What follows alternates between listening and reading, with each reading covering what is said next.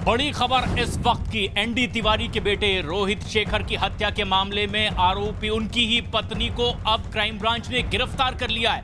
हिरासत में लेकर उनसे लगातार पूछताछ हो रही थी।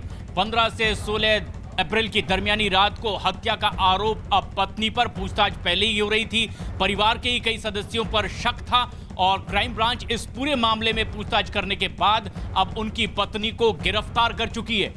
हम आपको बता दें कि लगातार शक के दायरे में परिवार के सदस्य ही थे और ये आशंका जाहिर की जा रही है कि जानबूझकर इस पूरे मामले को उलझाने की कोशिश परिवार के सदस्यों की ओर से हुई थी। और अब आखिरकार क्राइम ब्रांच जो इस पूरे मामले की पड़ताल में जुटी हुई थी, रोहित शेखर की पत्नी को गिरफ्तार आज कर चुकी है और दोपहर 2 बजे एक प्रेस कॉन्फ्रेंस की जाएगी। क्राइम ब्रांच इसमें पूरे मामले पर विस्तार से जानकारी भी देगी।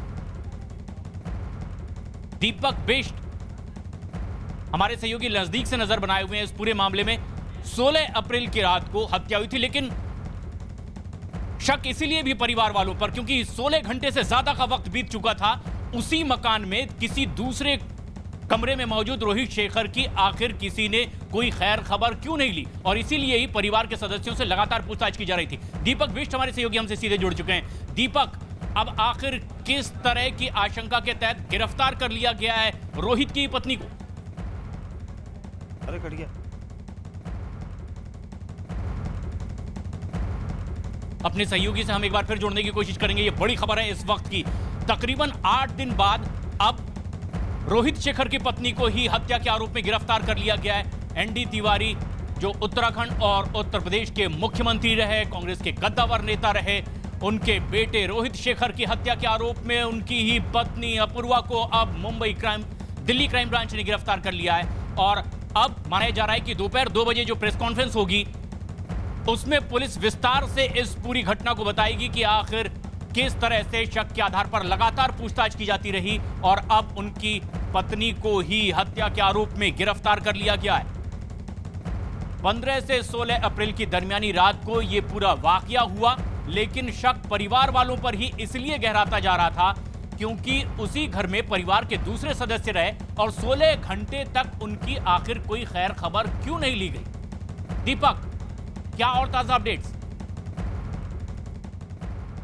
देखिए, क्राइम ब्रांच ने जिस तरह से पूछताछ की थी उसमें कई सारे तथ्य आए थे क्योंकि ये अब सामने आया है कि वो अपनी मैरिज लाइफ से खुश नहीं थे क्योंकि दोनों के बीच में क्योंकि ज़्यादा समय नहीं बीता, लगभग 1 साल का समय होने को है दोनों की शादी जब हुई थी रोहित और अपूर्वा की।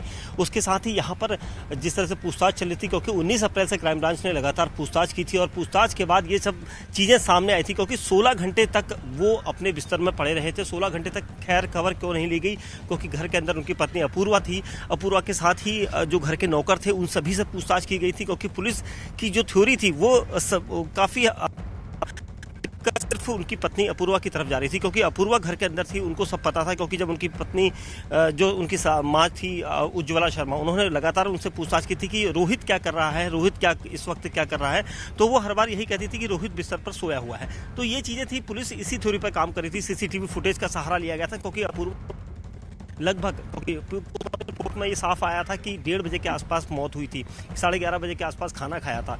तो 1 से लेकर 2 के बीच में अपूर्वा की मौजूदगी जो है सीसीटीवी फुटेज में दिखी थी और यही एक ऐसी चीज़ थी जो अपूर्वा के खिलाफ थी। और पुलिस ने उससे जब पूछताछ करी क्योंकि लगातार हाई प्रोफाइल मामला है और इसलिए गिरफ्तारी के पहले क्राइम ब्रांच की टीमें हर चीज़ में तस्दीक कर लेना चाहती थी और यही वजह हुई कि क्राइम ब्रांच ने कल न करके आज सुबह लगभग ये गिरफ्तारी तय की है। अब पुलिस का ये कहना है कि पूरी ब्रीफिंग होगी जिसमें और दूसरे जो सवाल है उनका जवाब दिया जाएगा।